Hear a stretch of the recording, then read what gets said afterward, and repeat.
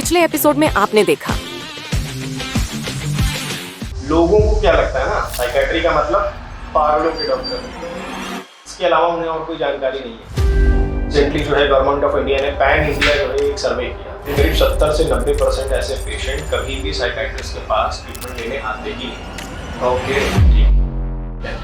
वो टीवी में देख रहे हैं, मूवी में, सीरियल्स में देख रहे हैं, लोगों को देख रहे हैं स्मोक करते हुए, ठीक है, बड़ा कूल लग रहा है, हमारा शरीर गला जा रहा है, हमारी हड्डियाँ गली जा रही हैं। ये सोच सोच के आगे चल के उनको बेसिकली डिप्रेशन और साथ भी जो है डेवलप हो जाता है। जो है इस तरह की बीमारी है, किसी से क्या बोले खराब लगेगा, लोग क्या सोचेंगे मेरे बारे में। लेकिन वंस इन अ वाइल अगर हो रहा है, अब भाई अगर आपको डेली नाइट फॉल हो रहा है तो डेफिनेटली ये नॉर्मल नहीं है। सबसे मेजर कॉमन प्रॉब्लम। इस एपिसोड में हम देखेंगे और स्पोर्ट्स एक्टिविटी रिस्पॉन्सिबल होती है हमारी कोपिंग कैपेसिटी, यानी हमारी सहने की क्षमता, मानसिक क्षमता को डेवलप करने की। स्पेशली कोविड के बाद से बाहर निकलना बच्चों का बंद हो गया है, घर में रहते हैं, टीवी मोबाइल से जुड़े रहते हैं, इंटरनेट काफ़ी सस्ता हो गया है, बहुत तेज बेचैनी हो रही है, दिल की धड़कन बढ़ रही है, पसीना हो रहा है, ऐसा फीलिंग हो रही है कि अब कुछ हो जाएगा, इतनी घबराहट होने लगती है कि लगता है कि अब हमें कुछ हो जाएगा, हम मर जाएंगे, हार्ट अटैक आ जाए। स्पेशली कोविड के बाद से जो मैंने देखा है कि बूम आया है कुछ एक से, जिसकी मैं सबसे ज़्यादा एंजाइटी डिसऑर्डर्स, OCD, डिप्रेशन, जो नींद की लेट के 3 बार मैंने रोल नहीं किया तो मेरे घर में मेरी माँ तो जितना देखते हैं उतना ना बढ़ता जाता है। आपको बड़ा फनी या बड़ा जो है मज़ेदार लगेगा सुन के, लेकिन एक्चुअली में जिसके साथ हो रहा है उसके लिए बहुत पेनफुल होता है।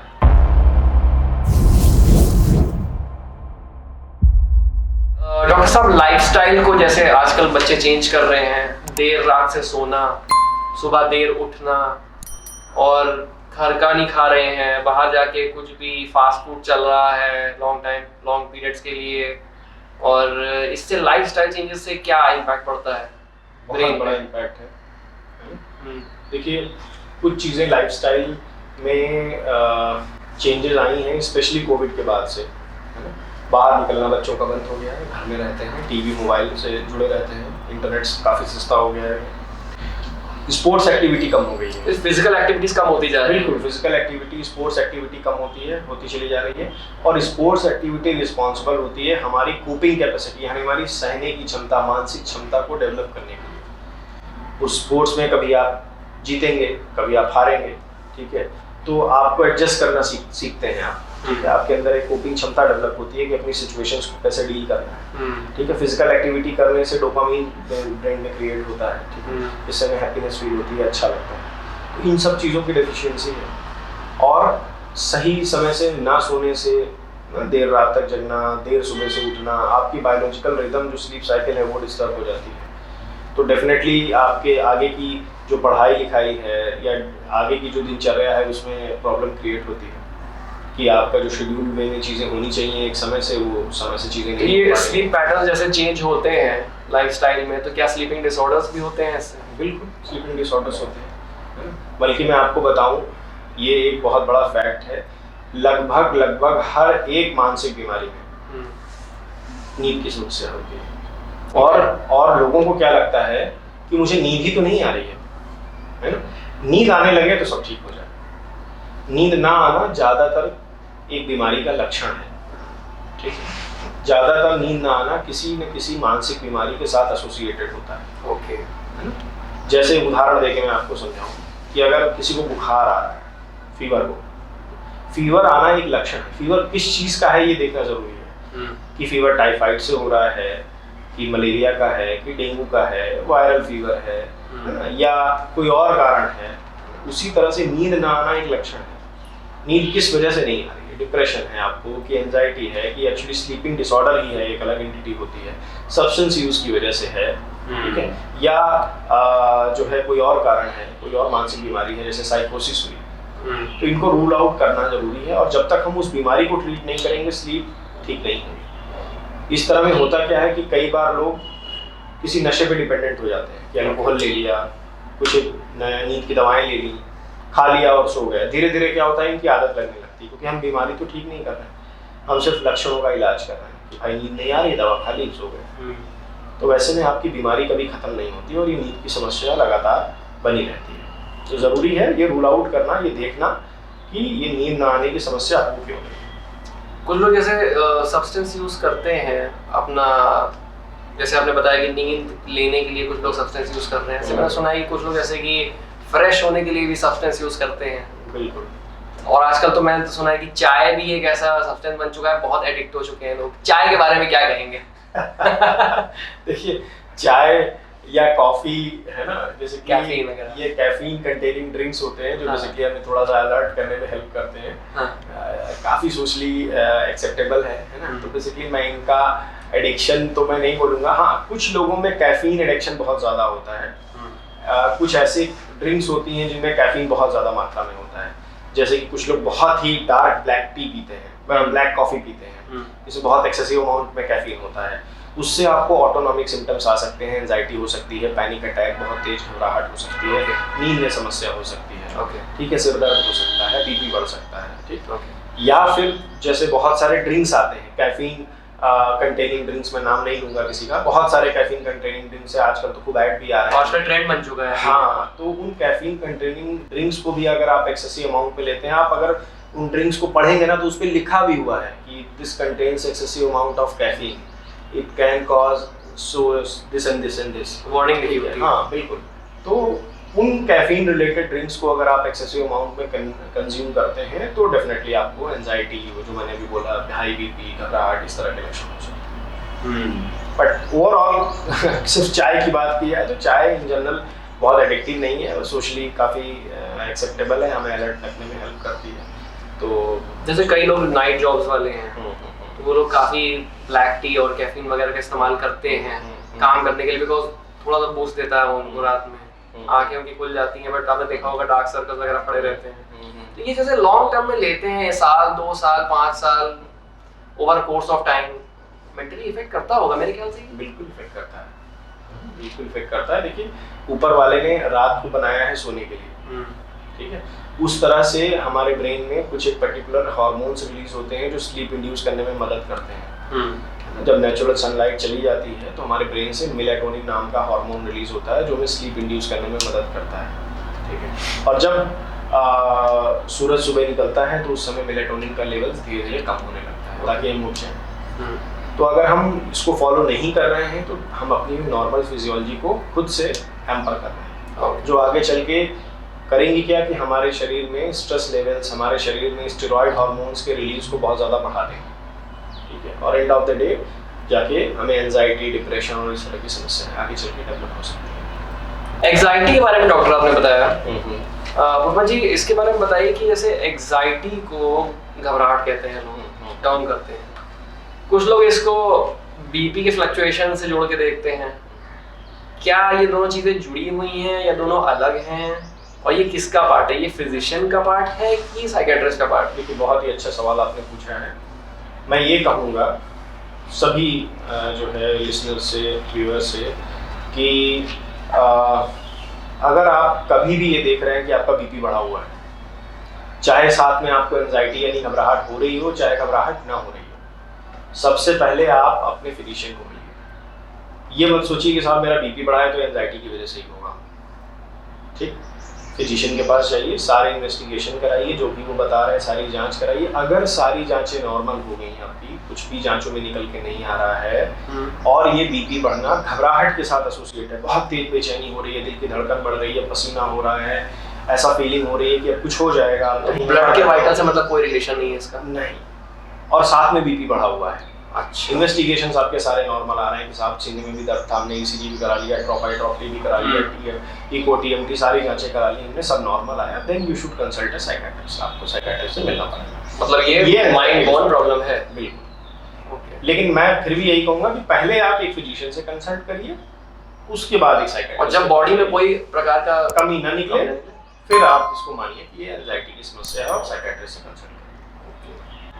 ये बहुत ही अच्छा आपने सुझाव दिया कई सारे हमारे दर्शकों को, जो लोग बड़े परेशान रहते हैं इन सब चीज़ों में। कई लोगों को तो रात में प्रॉब्लम होती है घबराहट वगैरह की, बट कई लोग डे टू डे लाइफ में फेस करते हैं पैनिक अटैक्स के रूप में।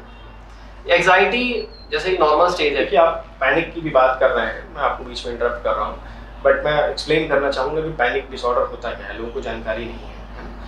पैनिक डिसऑर्डर में क्या होगा कि अक्सर ऐसी कंप्लेन लेकर के लोग आएंगे कि एकदम से ठीक थे, कोई दिक्कत नहीं थी, अचानक से बहुत तेज घबराहट होने लगी, बहुत तेज बेचैनी फील होने लगी, ट्रेमर्स, कंपन होने लगा, पसीना होने लगा, मुंह सूखने लगा, गला सूखने लगा, सांस लेने में दिक्कत होने लगी, सांस अटक जाएगी, रुक जाएगी, ऐसा लगने लगा, दिल की धड़कन तेज हो गई, और कई बार वो इतनी बढ़ जाती है कि इतनी घबराहट होने लगती है कि लगता है कि अब हमें कुछ हो जाएगा, हम मर जाएंगे, हार्ट अटैक आ जाएगा। बिल्कुल। और वो बहुत ही ये सीवियर एंजाइटी होती है जो करीब 10-15 मिनट 20 मिनट तक रहती है, उसके बाद अपने आप धीरे धीरे कम हो जाती है। लेकिन इसके बाद क्या होता है ना, आपको एप्रीहेंशन, डर मन में बैठ जाता है कि कहीं हमें दोबारा से ऐसा ना हो जाए, और इस डर की वजह से हम लोग परेशान रहते हैं कि कहीं दिल का दौरा तो नहीं हो रहा है, कहीं कोई बड़ी बीमारी तो नहीं हो रही है। लेकिन हाँ, हमेशा आप पहले ऑर्गेनिक कॉजेस यानी दिल संबंधी बीमारियां, बीपी, ये सब उनको रूल आउट करिए। अगर ये सारी चीज़ें नॉर्मल हैं तो अपने मानसिक रोग विशेषज्ञ से मिलिए। एक्सेसिव कैफीन से भी एंजाइटी पैनिक अटैक में हो सकती है, बिल्कुल हो सकता है। ओके डॉक्टर साहब, जैसे आपने अभी लाइफस्टाइल चेंज के बारे में हमने बात की, तो आपने बताया किस प्रकार से नींद की समस्याएं और डेली रूटीन को चेंज करने की वजह से ये सब प्रॉब्लम हो रही लोगों में। क्या कुछ मेडिसिन का जो आपका उपचार होता है उसके अलावा कुछ मेडिटेशन प्रैक्टिसेस भी होती हैं या कुछ और एक्टिविटीज़ होती हैं जो जिससे आप अपने क्लाइंट्स को या अपने पेशेंट्स को थोड़ा सा फिजिकली भी हेल्प करते हो? इलनेस को कम करने में मदद कर सकते हैं। देखिए ऐसा है कि ट्रीटमेंट जो होता है दो तरह से होता है। एक होता है जिसको हम लोग बोलते हैं फार्मेकोलॉजिकल मैनेजमेंट, या आम भाषा में कहा जाए दवाओं के माध्यम से रोगों का इलाज। दूसरी चीज़ होती है नॉन फार्मेकोलॉजिकल मैनेजमेंट, यानी दवा के अलावा बहुत सारी ऐसी विधाएं हैं जिनके माध्यम से हम इलाज कर सकते हैं। जैसे कि क्या है, काउंसलिंग, आम भाषा में काउंसलिंग कहते हैं। काउंसलिंग बेसिकली एक साइंटिफिक वे में की जाती है। इसको ये मत समझिए कि घरों में जो लोग समझा देते हैं या बताते रहते हैं, है ना, वो भी काउंसलिंग ही उसको कहा जाता है, बट वो बहुत साइंटिफिकली नहीं है, बहुत साइंटिफिक नहीं है, बहुत ही स्ट्रक्चर्ड वे में नहीं की जाती है। बट जो यहाँ पे काउंसलिंग जिसकी बात मैं कर रहा हूँ, साइकोथेरेपी या बिहेवियर थेरेपी, ये स्ट्रक्चर्ड होती हैं और साइंटिफिकली प्रूवन होती हैं। ओके। लगभग सारे ही मानसिक रोगों में काउंसलिंग की आवश्यकता होती है। कुछ एक को अगर हटा दिया जाए तो लगभग सारे बीमारियों में ज़्यादातर काउंसलिंग के साथ साथ मेडिकेशन यानी मेडिकेशन ले रहे हैं, साथ में काउंसलिंग कर रहे हैं, तो और अच्छा इम्प्रूवमेंट आता है मानसिक बीमारी। अदर देन काउंसलिंग जैसे मेडिटेशन हुआ, ठीक है, जिसको योगा हम लोग कह सकते हैं, डीप मेडिटेशन या डीप ब्रीदिंग एक्सरसाइजेस कुछ होती हैं, जिनको अगर हम करते हैं तो उससे भी थोड़ा सा मन शांत होता है, रिलैक्स होता है, हम अपने स्ट्रेस एंजाइटी को काफ़ी हद तक कम कर सकते हैं। डॉक्टर साहब, जैसे कि आजकल डे टू डे लाइफ में लोगों के स्ट्रेस बहुत है, बहुत नाइट जॉब्स हैं, ओवर टाइम जॉब्स हैं, प्राइवेट सेक्टर में ही बहुत काम रहता है, कॉर्पोरेट सेक्टर में लोग बहुत ज़्यादा ऑब्सेस्ड तो हैं ही हैं, लेकिन टाइम नहीं दे पा रहे हैं ऐसे अपने लाइफस्टाइल में को सही करने के लिए। अच्छा खान पान नहीं है, तो बहुत सारी दिक्कतें हो रही हैं। उसमें क्या आपका टेक रहेगा? आप कुछ दर्शकों को अपने कुछ टिप्स बताना चाहें, प्रो टिप्स देना चाहें? बिल्कुल, देखिए कोशिश ये करिए कि चीज़ें एक शेड्यूल्ड वे में हों। जो भी आपकी दिनचर्या हो, आप स्टूडेंट हैं, आप किसी ऑफिस में काम करने वाले प्रोफेशनल हैं, आप डॉक्टर हैं, या जो कुछ भी आपका काम है ना, उसमें एक दिनचर्या का पालन करिए कि कितने बजे उठना है, कितने बजे सोना है, किस काम को कितना समय देना है, किस काम की क्या प्रायोरिटी है, ठीक है। वर्क लाइफ बैलेंस बहुत ज़रूरी है। पूरी तरह से अगर काम में ही बिजी रहेंगे, आप अपनी लाइफ में अपने शरीर को, अपने फैमिली को टाइम नहीं देंगे तो वो भी ठीक नहीं है, फिर आपके पर्सनल लाइफ में इशू शुरू हो रहेंगे। तो लाइफ में और वर्क में बैलेंस करके ज़रूरी चलना है। हमें अपनी फैमिली को भी टाइम देना है और अपने बॉडी को भी टाइम देना है, यानी आधा घंटा 40 मिनट कम से कम एक्सरसाइज के लिए रखना है। तो बैलेंस वे में, शेड्यूल्ड वे में अगर हम चीज़ें करेंगे तो चांसेस रहेंगे कि हमारी चीज़ें समय से सब होती रहेंगी। चांसेस एंजाइटी, स्ट्रेस होने के चांसेस कम हैं। ओके। क्या जैसे कि लोग अगर नॉर्मली अपने लाइफ में अगर थोड़ा सा फिजिकली इंटरेक्ट करें और अपने घरों से बाहर निकलें और थोड़ा सा ना एक सोसाइटी में एक अच्छा माहौल हो, एक अच्छा एनवायरनमेंट हो, गेम्स हो, जैसे कि सोसाइटी में पार्क्स होते हैं, क्या उससे थोड़ा सा बेटरमेंट हो सकता है सोसाइटी के लिए और हेल्थ केयर के लिए? बिल्कुल, देखिए मैंने बोला भी, पहले भी बताया कि डेफिनेटली इन चीज़ों से हमारी एक अच्छी व्यक्तित्व, अच्छी पर्सनालिटी डेवलपमेंट होती है, हमारी कोपिंग कैपेसिटी, हमारी मानसिक क्षमता बढ़ती है और हमारा फिजिकल डेवलपमेंट अच्छा होता है, हमारा मेंटल डेवलपमेंट अच्छा होता है, ओवरऑल स्ट्रेस एंजाइटी के लेवल्स कम रहते हैं ऐसे लोगों में। तो इसका डेफिनेटली रोल है, इसमें कोई दो राय नहीं है ना। और मैं ये कहूँगा कि बहुत ज़्यादा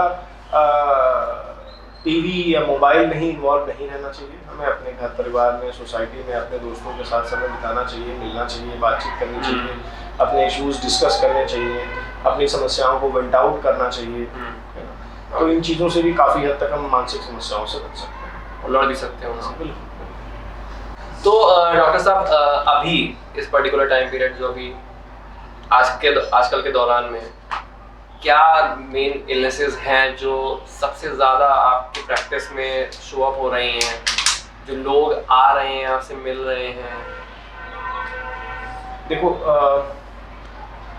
पेशेंट तो बहुत वैरायटी के आते रहते हैं, बट स्पेशली कोविड के बाद से जो मैंने देखा है कि एक बूम आया है कुछ एक इलनेसेस में, जिसकी मैं सबसे पहले बात करूं तो एंजाइटी डिसऑर्डर्स, ओके, या ओसीडी, ठीक है, डिप्रेशन, ये कुछ एक इलनेसेस हैं जिनमें बहुत ज़्यादा एक्सपोनेंशियल इंक्रीज हुआ है।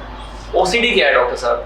ओसीडी बेसिकली अगर इसका फुल फॉर्म बोला जाए तो ऑब्सेसिव कंपल्सिव डिसऑर्डर, ठीक है। ऑब्सेशन का मतलब होता है, ऑब्सेशंस क्या होते हैं, दिमाग में रिपीटेटिव थॉट्स आना, और ये थॉट्स कैसे होंगे, जो हमें पता होंगे कि ये अननेसेसरी थॉट्स हैं जिसका कोई रिलेवेंस नहीं है, और ये इतना जानने के बाद भी हमारे दिमाग में बार बार आ रहे हैं, प्रयास करने के बाद भी हम इन विचारों को रोक नहीं पाते हैं, ठीक है।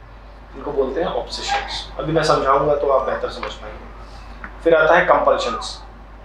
कंपल्शंस का मतलब जैसे जो विचार हमारे दिमाग में बार बार आ रहे हैं, उदाहरण के तौर पे मान लीजिए हमारे दिमाग में विचार आया, हमने गेट बंद किया, लेकिन दिमाग में आया पता नहीं ये गेट बंद है क्या, ताला बंद किया, हर चीज़ को डबल चेक करने वाली चीज़, डबल चेक करना या ट्रिपल चेक करना, या 5 बार चेक करेंगे तो ही कंफर्म हो पाएंगे। हाँ डॉक्टर साहब, ये आपने चेक बहुत करना, ये आपने जो चीज़ अभी जो जिसका बात की है आपने, ये बहुत ही कॉमन होती जा रही है। बिल्कुल। तो लोग ना चाह के भी वो चीज़ बार बार करते हैं। पता होगा एक्चुअली में कि मैंने ये गेट बंद किया है, मैंने ताला बंद किया है, मेरा हाथ साफ है, लेकिन दिमाग में डाउट चलेगा कि पता नहीं बंद है कि नहीं, पता नहीं लॉक किया है कि नहीं, गैस तो नहीं खुली रह गई, कुछ भी छूट गया, यहाँ तो जर्म्स हैं, डस्ट है, मेरा हाथ गंदा हो गया, है ना। और इतनी देर तक या इस तरह से ही वॉश करूंगा तभी हाथ साफ होगा, ज़्यादा पानी का इस्तेमाल कर रहे हैं। तो ये जो विचार आ रहा है कि ऐसा कहीं छूट तो नहीं गया, रह तो नहीं गया, ये विचारों को ही ऑब्सेशन कहते हैं। और विचारों से घबराहट पैदा होती है कि हाथ गंदे हैं, जल्दी से जाके धुलें। तो ये जो धुलने की प्रक्रिया है इसको कंपल्शन बोलते हैं, यानी आपका ब्रेन आपको कंपेल कर रहा है कि जब तक आप वॉश नहीं कर लेंगे, जब तक आप जाके ताला चेक नहीं कर लेंगे, जब तक जाके आप गैस चेक नहीं कर लेंगे, तब तक ये विचार रुकेगा नहीं। तो ऑब्सेशन, उससे एंजाइटी हो रही है, एंजाइटी को कम करने के लिए जो हम काम कर रहे हैं, इस काम को बोलते हैं कंपल्शन। आपका ब्रेन फोर्सफुली आपको ये करा है। और ये ज्यादातर केसेस में मैंने देखा डॉक्टर साहब कि लोगों को लगता है कि मैं 4-5 बार देख लूंगा तो मेरी आदत में ठीक है, मेरे को सेटिस्फेक्शन मिल जाएगा, बट वो जितना ज्यादा देखते हैं वो उतना ज्यादा ऑब्सेशन बढ़ता जाता है। बिल्कुल, और ये बेसिकली बीमारी की वजह से हो रहा है। ओके, जो बीमार नहीं हो, एक बार बंद करके आ जाता है, उसको कोई डाउट नहीं लगता। वंस इन अ वाइल कभी लगता है कि यार किसी काम में खोए हुए थे, पता नहीं शायद बंद किया कि नहीं, लाओ वंस इन अ वाइल, कभी महीने 2 महीने में एक बार, है ना। लेकिन जब बीमारी होती है तो हमें पता भी होगा कि शायद हमने सही किया है ना? और इस बीमारी के लक्षण इतने वैरायटी ऑफ सिम्टम्स हैं, इतने वैरायटी ऑफ लक्षण हैं इसके कि मतलब आप अगर मैं 2-4 आपको सिम्टम्स बताऊंगा तो आपको बड़ा फनी या बड़ा जो है मज़ेदार लगेगा सुन के, लेकिन एक्चुअली में जिसके साथ हो रहा है उसके लिए बहुत पेनफुल होता है। जैसे मैं बिना नाम बताए बता रहा हूँ, मेरा पेशेंट है जिसको मन में आता है कि अगर मैंने 3 बार फ्लोर पे रोल नहीं किया, जमीन पे लेट के 3 बार मैंने रोल नहीं किया, तो मेरे घर में मेरी माँ मर जाएगी। ठीक है, अब अगर बेचारा वो कहीं जा भी रहा है ना, रोड पे ये विचार आ गया कि I have to roll 3 times, मुझे 3 बार रोल करना है, नहीं तो मम्मी मर जाएंगे। तो अगर वो रोड पे जा रहा है तो गाड़ी रोक के पहले जमीन पे 3 बार रोल करेगा, उसके बाद ही वो कहीं जा पाएगा। एक बच्चा आया मेरे पास, उस बच्चे को थोड़ा सा स्पिरिचुअलिटी को जोड़ रहे हैं लोग। स्पिरिचुअलिटी को नहीं जोड़ा, किसी भी तरह से हो सकता है, किसी भी स्पेक्ट्रम में हो सकता है। एक बच्चा आया है, उस बच्चे को क्या प्रॉब्लम है कि घर वालों की क्या समस्या है कि बड़ा डरा डरा सहमा सा रहता है डॉक्टर साहब। और हम लोगों ने ये गौर किया है कि बाहर जाता है तो बहुत ही अजीब व्यवहार करने लगता है, बाहर नहीं जाना चाहता है, पानी नहीं पीता है। जब मैंने और एक्सप्लोर किया तो फिर उस बच्चे ने मुझे बताया कि सर मैं जब बाहर जाता हूँ मुझे ऐसा लगता है कि अगर मैंने बाहर यूरिन पास किया तो मेरे घर में कुछ बुरा हो जाएगा। तो इस तरह के विचार घर से निकल रहे हैं, अगर 2 बार ये काम नहीं किया, किसी चीज़ को 5 बार नहीं छुआ, कुछ काम इतनी बार नहीं किया तो कुछ गलत हो जाएगा या बुरा हो जाएगा। इन विचारों को बेसिकली मैजिकल थिंकिंग या पैथोलॉजिकल डाउट्स कहते हैं। हमें पता है कि ऐसा नहीं है, लेकिन दिमाग में इतनी बार ये विचार आ रहा है, इतनी बार विचार आ रहा है कि डिस्ट्रेस्ड फील करने लगते हैं, अपने ही ब्रेन को सेटिस्फाई नहीं कर पाते हैं, बार बार वही काम करते रहते हैं। जो काम आप 2 मिनट में करके फ्री हो सकते हैं, उसी काम में लोग घंटों उलझे रह जाते हैं और उनका समय खराब होता है। तो ऐसे प्रकार के पेशेंट से आप ये सब बुरी आदतें कैसे छुड़वाते हैं? ये आदतें नहीं है, बीमारी की वजह से है। और इस बीमारी के कुछ स्पेसिफिक सेट्स ऑफ कॉज होते हैं। मैं बहुत ब्रीफ में बताऊं तो सीरोटोनिन की डेफिशिएंसी हुआ या ब्रेन के कुछ एक पर्टिकुलर एरिया की हाइपर एक्टिविटी की वजह से ऐसा होता है, जिसका आपको ट्रीटमेंट लेना पड़ता है। और जैसा मैंने पहले भी बताया है कि ट्रीटमेंट यानी मेडिकेशन और काउंसलिंग दोनों इसमें इफेक्टिव है, तो दोनों लेना पड़ता है। ठीक है, तो मैंने आपको बताया एक एंजाइटी डिसऑर्डर्स बहुत कॉमन हो गए हैं, दूसरा ओसीडी बहुत कॉमन हो गया है, डिप्रेशन बहुत कॉमन हो गया है। डिप्रेशन में क्या लक्षण आएंगे? मन उदास रहता है, काम में मन नहीं लगता है, शरीर में ताकत फुर्ती की कमी हो गई है, ठीक है, कॉन्फिडेंस पहले की तुलना में कम हो गया है, ठीक है। यंग एडल्ट्स में, बच्चों में स्पेशली पढ़ाई लिखाई नहीं कर पा रहे हैं, याद नहीं कर पा रहे हैं, चीज़ों पे फोकस नहीं कर पा रहे हैं, अपने बारे में जो पास्ट बीत गया है, जो फ्यूचर आने वाला है उसके बारे में सब नेगेटिव लगता है कि जो किया सब बेकार था, आगे भी कुछ नहीं कर पाएंगे, सब बहुत ही नेगेटिव थिंकिंग है। हाँ, हम बेकार हैं, हमारी कोई मदद नहीं कर सकता, इस तरह के विचार बेसिकली मन में आने लगते हैं। नींद में कमी आ जाएगी, और ये लक्षण अगर लंबे समय तक बने रहते हैं, इलाज नहीं होता है, तो आगे चल के खुद को नुकसान पहुंचाने ऐसे लक्षण भी आने लगते हैं और कई बार मरीज ऐसे कदम भी उठा लेता है। जो आपने ये नेगेटिव थिंकिंग पैटर्न्स के बारे में डिस्क्राइब किया है, क्या ये नेगेटिव थिंकिंग पैटर्न्स डिप्रेशन के लास्ट स्टेज में आते हैं या पहले स्टेज में? मतलब जैसे कि क्या ये शुरुआत में ज़्यादातर लक्षण जो मैंने कॉमनली बताया, मन उदास रहना, काम में मन न लगना, ताकत फुर्ती कम लगना, खुशी फील न करना, है ना, छोटी छोटी चीज़ों में चिड़चिड़ापन होना, नींद में कमी आना, ये सब लक्षण, घबराहट होना, ये सब लक्षण आते हैं। जैसे जैसे सीवियरिटी बढ़ती जाती है तो उसके बाद जो मैंने और बताया सीरियस लक्षण है कि सुसाइडल थॉट्स, सुसाइडल एक्ट्स, इस तरह की चीज़ें होने लगती हैं। डॉक्टर साहब, जैसे कि आमतौर पे आजकल काफ़ी सारी फैमिलीज में ये प्रॉब्लम है कि पेरेंट्स अपने बच्चों को टाइम नहीं दे पाते हैं, और खैर जो मैरिड लोग हैं कभी कभी वो जॉब्स के कारण एक दूसरे को समय नहीं दे पाते हैं, और भी काफ़ी सारे फैक्टर्स होते हैं जिसमें बच्चे को एक लगाव नहीं फील होता है, वो आइसोलेटेड फील करता है, लोनलीनेस में फील करता है, या कुछ बच्चे बाहर स्टडी करने जाते हैं अकेले रहते हैं, क्या ये भी बहुत डिप्रेस फील करते हैं वो लोग? तो क्या ये पहला फेज होता है डिप्रेशन का? नहीं, देखिए 2 चीज़ें मैं बताना चाहूँगा कि कॉमनली लोग ऐसा सोचते हैं कि मेरा बेटे को कोई या मेरे बिटिया को या सो एंड सो पर्सन को कोई दिक्कत नहीं थी, वो जाके वहाँ पढ़ाई करने लगी, अकेले रहने लगी, इसलिए ऐसा हो गया। ऐसा नहीं है, ठीक है। डिप्रेशन बेसिकली एक इलनेस है जो किसी को भी हो सकती है। आप पूरे परिवार में रह रहे हो तब भी आपको डिप्रेशन हो सकता है। हाँ, बेशक अगर आप अकेले रह रहे हैं तो आपके पास इमोशनल सपोर्ट नहीं है, आपके पास दोस्त नहीं है, आपके पास फैमिली मेंबर नहीं है कि आप किसी भी इमोशनल प्रॉब्लम में उनसे डिस्कस कर सकें, अपनी प्रॉब्लम्स को वेंट आउट कर सकें, तो आपकी किसी भी तरह के स्ट्रेस में जाने की, डिप्रेशन में जाने की संभावनाएं बढ़ जाती हैं। ओके, तो लास्ट सवाल आज का डॉक्टर साहब, पॉडकास्ट भी हमारा ऑनलाइन ही लोग देख रहे हैं और ऑनलाइन चलता है मोबाइल पे, तो और आज के ज़माने में तो बिना मोबाइल के तो जैसे लगता है कि जीवन ही नहीं है, और हर व्यक्ति, चाहे वो बच्चा हो, चाहे वो बड़ा हो, चाहे वो बूढ़ा हो, सब लोग दिन भर मोबाइल में लगे रहते हैं, और लोगों को ऐसा लगता है कि अगर मैं सोशल मीडिया पे नहीं हूँ तो मतलब जैसे मैं समाज में मेरा कोई वजूद नहीं है, कोई एग्जिस्टेंस ही नहीं है। अब वो क्या लगता है कि सोशल मीडिया क्या सही है या लिमिट तक हो सकता है? क्योंकि लोग दिन भर में देखा है कि लगे रहते हैं और काफ़ी परेशान भी रहते हैं इससे। देखिए, सोशल मीडिया के बारे में मैं आपसे ये बताऊं कि बड़ा इंटरेस्टिंग फैक्ट है हम सभी लोग, आप देखिए ज़्यादातर लोग, चाहे वो किसी भी तरह का सोशल मीडिया माध्यम हो, मैं किसी का नाम पर्टिकुलरली नहीं लूँगा, हम सभी अपने गुड टाइम्स को शेयर करते हैं।